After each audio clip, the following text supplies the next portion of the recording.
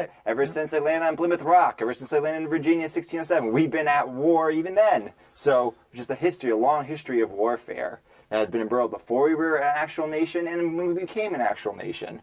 Mm-hmm. And I mean, but and I just want to point out, at the very early stages, take for example places like in Connecticut, there was clearly some very early conflict, but there was also peaceful interaction, and there was real trade and peaceful acquisition of land and property did occur early on. For many years, wampum was a medium of exchange in the New England colonies. So our trade with the Indians, the native peoples, was very peaceful until King Philip's War. There were other wars like the Pequot War, and there was a few other conflicts with the native tribes. Mm-hmm. But relatively speaking, in the North, we had peaceful relations for many years until 1665 or so, when King Philip's War erupted. In Virginia, they had problems almost immediately with the natives for whatever reasons.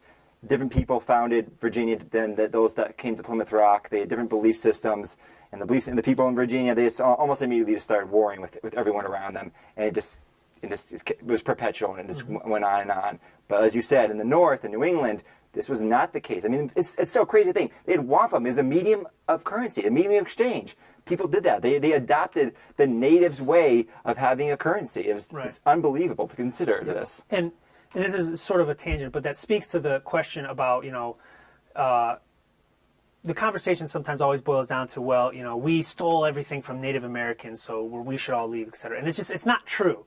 At very early stages, in the early stages, particularly, as you said, in New England, there was a lot of peaceful acquisition of property between Native Americans and the colonists. It was a regular occurrence in the early New England towns to see a group of natives walk in to trade peacefully. It was a normal thing. People learn native languages. This was a common was a common occurrence, and then things broke down with King Philip's War, and everything went to hell. And I think part of the partial explanation for why that happened early on was one, people were just, I think, have a natural tendency towards peace when they're left alone, but also the colonists were too weak to pick fights. They had to establish alliances. So when the Pilgrims came on the Mayflower, they were alone. They were 150 or so people.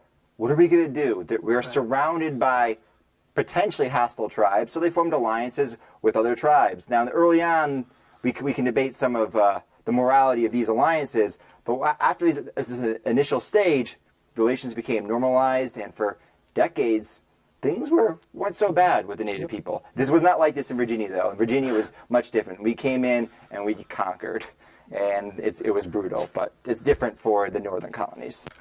Mm-hmm. Okay.